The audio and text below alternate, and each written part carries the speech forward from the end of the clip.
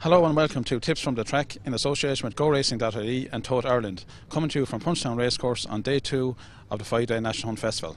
I'm Martin Murphy for Horse Racing Ireland, and I'm joined today by Noel Hayes from Tote Ireland and David Jennings from the Racing Post, and hopefully we're going to look through the card and point you in the direction of a couple of winners. Well, Noel, it was a nice day yesterday for Tote punters. 2 lucky punters won the jackpot, nearly £9,000, and we had a placement dividend of $475, so that wasn't a bad start, but the pick 6 is still up for grabs today. Yeah, good start yesterday, obviously, Martin, as you say, nice dividends. Today, I suppose, a fresh day again. We've got the same guarantees as we did yesterday, 50,000 pick 6. Then we've got in the region of about 35,000 rolling into that, so there's a good starter there for that pool already.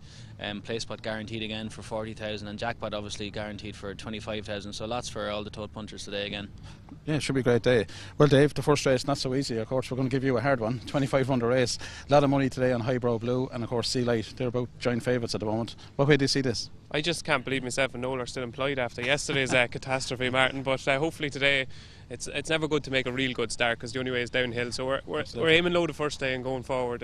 Yeah, first race, you know, it's really tricky. Yesterday I suppose we had the Banks race, so it's tricky as well, but today it's really tricky as well. 25 runners, maximum field. The one I like in this is Highbrow Blue of Paul Nolan's. It's only rated 104. It was 7-1 first show last night. I thought that was very big. I see punters have really got a hold of that. He's only maybe 7-2 now. Very impressive in Wexford in the beginner's chase. Very clever Paul Nolan. He seems to find these nice little opportunities. Shane Shorthall booked 104. I think he hasn't got a mark over fences yet. He probably maybe 120, so he's really well in over hurdles, and it's obviously a lottery because it's such a big field, but I think Highbrow Blue might be able to get punters off to a good start. Well, that's a great positive then for Highbrow Blue. Myself, for what it's worth, I fancy Foot Soldier each way, about 20-1. Hopefully it'll go well. We're just going to have a look at the second race now, the Louis Fitzgerald Hurdle, and Noel, here I was looking at the English one, Cheltenian, but you have another fancy for another English one. Yeah, Carrickmore here, it was incredibly impressive first time out this season over hurdles, but then seemed to hurt himself second time out. He would have looked disappointing last time when he was beaten into third. The only reason I'm really confident, or I have any confidence about the horse, is the fact that Alan King continues with him and didn't rough him off after that race. The fact that he persists in travelling over here, you know, would seem to suggest that he's happy with him at home and maybe the horse is back fit and healthy again. I think it's a very open race. I think he's about a 7-1 shot, and you know, with 10 runners I think he's a good each way selection in that race, and that's Carrickmore, the number 1 horse. And Dave, what way would you see that race? Yeah, I think Cheltenian is a worthy favourite. You know, he's been there, he's won a champion bumper. You know, I think this is probably taking the easy option Philip Hobbs has. He could have went for a 2-mile handicap hurdle. He was favoured for the county hurdle, remember. Didn't look like he quite got home over 2-mile 4 the last day, but I think they won't go quite as quick today, and he should be able to get into a nice rhythm. I think he's a worthy favourite. There's a few that I'm surprised are such big prices. Noel said Carrickmore, plenty of potential. The other one I thought was a very big price was Wounded Warrior. I'd forget about his run in Fairyes. Noel said he needed to run that day. He's plenty of ability now, this horse. I'd say he's a graded novice chaser for next season. 16 and 20-1, that's far too big. I could see him being in the first 3 or 4 if people want to back him each way. I think they'll get a good run for their money, but I think Cheltenian is a worthy favourite. Well, that's some interesting toss there. Now we're going on to the first of our Grade 1 races today. There's 3 of them, and the 4:55 is the Irish Daily Mirror Novice Hurdle. I have to say, Beat That was very impressive at entry. I'm going to see that he's very hard to beat. Obviously Don Polly then is a good horse from Willie Mullins. He won well at Cheltenham, so it'll be interesting to see what way it goes. I'm all over Beat That. What about yourself now? Yeah, I'd be very, very positive on Beat That. I thought he was exceptionally impressive in entry.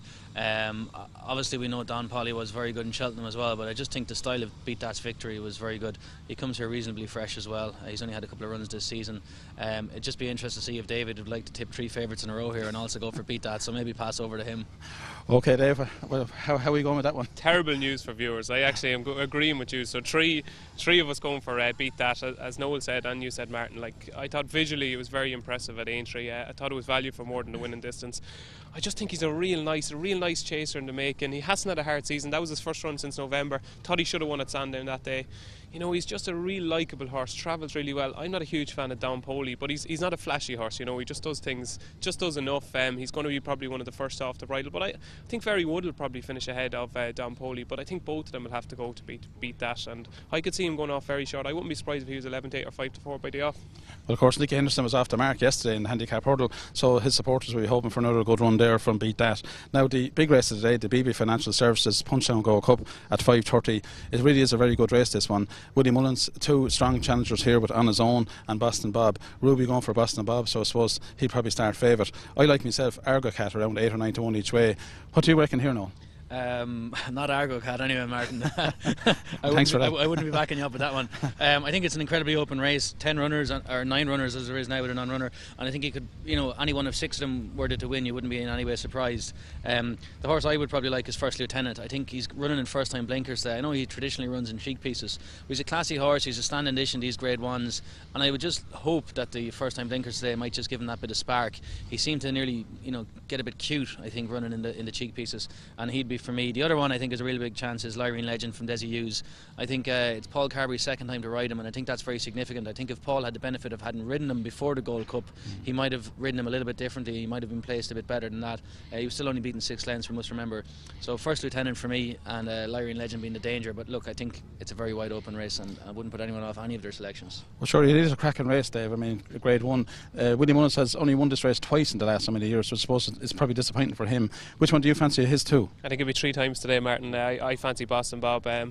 I thought when the entries came out initially and that they were going for this race with Boston Bob, because they could have avoided it and just went with On His Own. I thought it's very, very striking that he's gone for this race.